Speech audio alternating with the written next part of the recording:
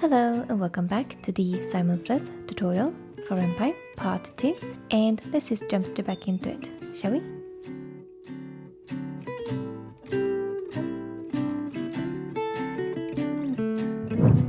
So in the last part we created a screen that we called Simon Says, which contains all of the minigame elements such as the background image as well as all of the different colored buttons. And then we also created a function that we called createButtonPattern that generates a pattern of numbers for us that corresponds to different colored buttons. So the next thing we're going to do is to actually use this function to create 3 different variables that are going to contain 3 different patterns that corresponds to an easy, medium or hard difficulty. And that we're going to do down here in the start label. And we can go ahead and use this variable that we have already created to store a pattern of buttons that corresponds to an easy difficulty. But we're just going to rename this variable to be called something more appropriate. So instead of saying test variable, we're going to say button pattern easy, like so. And since we are creating an easy pattern, we're going to leave easy as the parameter value. And then we can go ahead and duplicate this line. So Ctrl+Shift+D on the keyboard. And we're going to create a medium pattern this time. So we're going to say button pattern medium, like so. And then we're going to pass in medium as the parameter value instead of easy. So we're going to say medium, like so. And then we'll create the last variable. So we're going to duplicate this line again, like so. And then we're going to rename this variable to say button pattern hard, like so. And then pass in hard as the parameter, like so. So now we have created 3 different variables that contains 3 different lists of patterns with the different difficulties.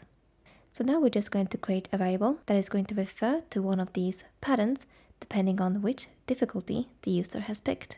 So instead of this print line that we no longer need, we are instead going to replace it with a new variable. And this variable we can call current button pattern. And this is going to be equal to whichever pattern that corresponds to the difficulty that the user has picked. But as an initial value, we're going to go with the easy pattern, and then the user can later on select something different if they want. So for that, we're going to say button pattern easy, like so. Now, since we want the user to be able to pick a difficulty, we are going to create a list containing all the different difficulties that we have available. So for that, we're going to create a new line and then create a new variable. So we're going to create a $sign. And this variable we can call difficulties. So we're going to say difficulties, like so. And this is going to be equal to a list of all of the different difficulties. So we're going to create 2 square brackets, like so. And then we're going to add easy, medium, and hard to this list. So we're going to say 2 quotation marks, and then easy, and then the second item, which is going to be medium, and then the last one, which is going to be hard. So this list is going to be used in order to present to the user the difficulties that they can choose from. But then we're also going to need to keep track of which of these difficulties that the user has actually picked. So for that, we're going to create another variable, and we're going to call this current difficulty, like so. And this is going to have an initial value of easy, like so. So now let's go ahead and create a screen that is going to act as a menu which will be shown to the user before the minigame starts. And in this screen, the user should be able to pick a difficulty as well as press a button to start the minigame.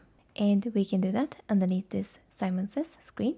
So we're going to create a few of the lines just underneath him, like so, and then go inwards once in the indentations. And then we're going to say screen Simon Says menu. And this screen is going to be a modal screen, meaning that the user cannot just simply click anywhere to make it go away. So for that, we're going to say modal true. And then we're going to add the same background image that we added to the Simon Says screen to this menu screen, just so that the transition between this menu and the Simon Says minigame is going to be more visually seamless. So for that, we're going to say image, and then background.png, and then we're going to resize this. So we're going to say at half size. And then we're going to create the actual menu, and the menu is going to be on top of a black transparent color that is going to overlay the entire screen. So for that, we're going to create 2 frames. One of the frames is just going to be the black color, and the second frame is going to be the actual menu. So for that, we're going to say frame, and then we're going to give this a background color. So we're going to say background. And since this is going to be a black color, we're going to add a hash symbol and then write 6 zeros. So 1, 2, 3, 4, 5, 6. And then we're going to give it a 50% opacity. And for that, we're going to write 80, like so. And if you're curious about which hexadecimal values represents which opacities, you can refer to a GitHub guide that I have linked to in the description box below to learn more. And then we're going to make this frame fill up the entire screen. So for that, we're going to say xfill true and yfill true. And now we're going to add the second frame, which is going to be for the actual menu. So we're going to say frame, and we're making sure that we're adding this frame inside of the other frame, so we're having it in the same indentation as the properties. And then we're going to add a background image to this menu. And what I typically do for that is I will set the background property to none, and then I will add a separate image that acts as the background. But we can actually use an image with the background property as well. And the best way to do that, I have found, is to use a frame displayable that contains the image that we want to use. So for that, we're going to say background, and then we're going to create a frame displayable directly. So we're going to say frame, like so. And then we're going to add the image that we want to use, which is going to be menu background.png, like so. And now instead of resizing the menu background image with a transform, we're going to size the frame to the appropriate size. So for that, we're going to use the XY size property. So we're going to say XY size. And now instead of calculating in our heads what half of the size of the menu background is going to be, we can instead just allow Ren'Py to calculate that for us by creating 2 calculations. And for that, we're going to say int, and then 2 round brackets. And then instead of that, we're going to say 1548 divided by 2, which is going to be the width. And then the height is going to be int, and then 941 divided by 2, like so. Now the int function is a Python function that is going to make sure that whatever value we pass into it is going to be turned into an integer instead of a float, because divisions in Python 3 will always return float values. And since the XY size property takes integers instead of floats, we just make sure that the resulting values from the calculations are converted into integers instead. So now that we have that done, we're also going to align this frame on the screen. So we're going to say align, and this is going to be in the very center. So we're going to say 0.5 and 0.5. And then we're going to add a text displayable that is going to show to the user what their currently selected difficulty is. So for that, we're going to say text, and then difficulty, like so. And then we're going to add a placeholder variable into this string, which is going to be the current difficulty variable. And this placeholder is then in-game going to be replaced with the value that it contains. And to do that, we're going to create 2 square brackets, like so. And then inside of those brackets, we're going to say current difficulty, like so. And then we're going to size this text to be a little bit larger than the default size. So we're going to say size 30, and then we'll give it a white color. So we're going to say color, and then hash symbol and 6F characters. So 1, 2, 3, 4, 5, 6, like so. And then we're also going to give this text an outline, which is going to make it look a little bit better. At least that's what I think. And to do that, we're going to use the outlines property that is available for text displayables. So we're going to say outlines, like so. and then 2 square brackets to make a list. And then inside of that list, we're going to add 2 round brackets, like so. And inside of here, we're going to add 4 values that do different things. And the first value essentially decides what thickness the outline should have. And for that, we're going to say absolute. And then we're going to add 2 inside of that, which is going to create a 2 pixel wide outline. And then we're going to go 1 step to the right and then add a comma. And the second value is going to be the color of the outline. So for that, we're going to add 2 quotation marks. And then we're going to add a black color. So we're going to add hash symbol and then 6 zeros. 1, 2, 3, 4, 5, 6, like so. And then a comma after that to add the third value. And the third and fourth value is actually determining how far out from the text the outline should be positioned. So it's basically offset values on the X and Y axis. And in this case, I'm just going to add 0 and 0, like so, to make sure that the outline is going to be evenly positioned around the text. And the last thing we're going to do with this piece of text is to align it on the screen.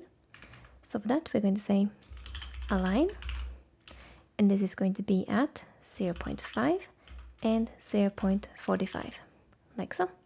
And now we also want the user to be able to switch between different difficulties by pressing arrow buttons that are going to be placed on each side of the text. So for that, we're going to create image buttons. So we're going to say image button, like so. And then we're going to add the idle image only to this button. So we're going to say idle, and then arrow left.png, like so. And then we'll align this button. So we're going to say align. And this is going to be at 0.25 and 0.46. And we'll also put the anchor point on this image button in the center.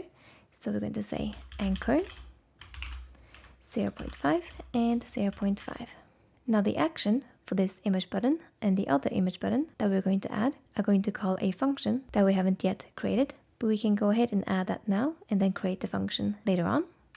So we're going to say action, and the action is going to be a function call. So we're going to say function, like so. And then instead of the 2 round brackets, we're going to first of all say which function that we want to call. And this we're going to call set difficulty. And then we're going to add a parameter to this function. So we're going to add a comma, and then we're going to add the value for this parameter. And this we can make a named parameter to make it easier to understand what it is that we are passing into this function. So for that, we're going to say button is equal to, and then 2 quotation marks, and then left, like so. So what are we doing here? Well, we're saying to this image button that when we click on it, we're going to run a function that we have called set difficulty, and then this function also takes a parameter that we have called button that is going to contain the value left. And this is going to help us inside of this function to be able to determine which arrow button that we have clicked on. And then we'll do the same thing with the right arrow button. So we're going to duplicate this line, like so. And then we're going to rename the image to be arrow right, like so. And then we need to reposition this button.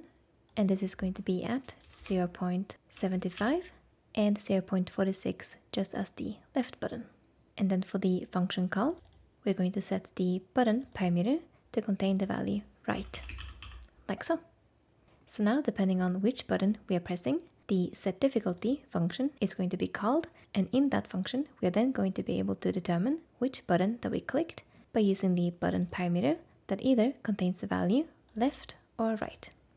And then we only have 2 more buttons that we have to add to this screen, and that is going to be the play button as well as the quit button.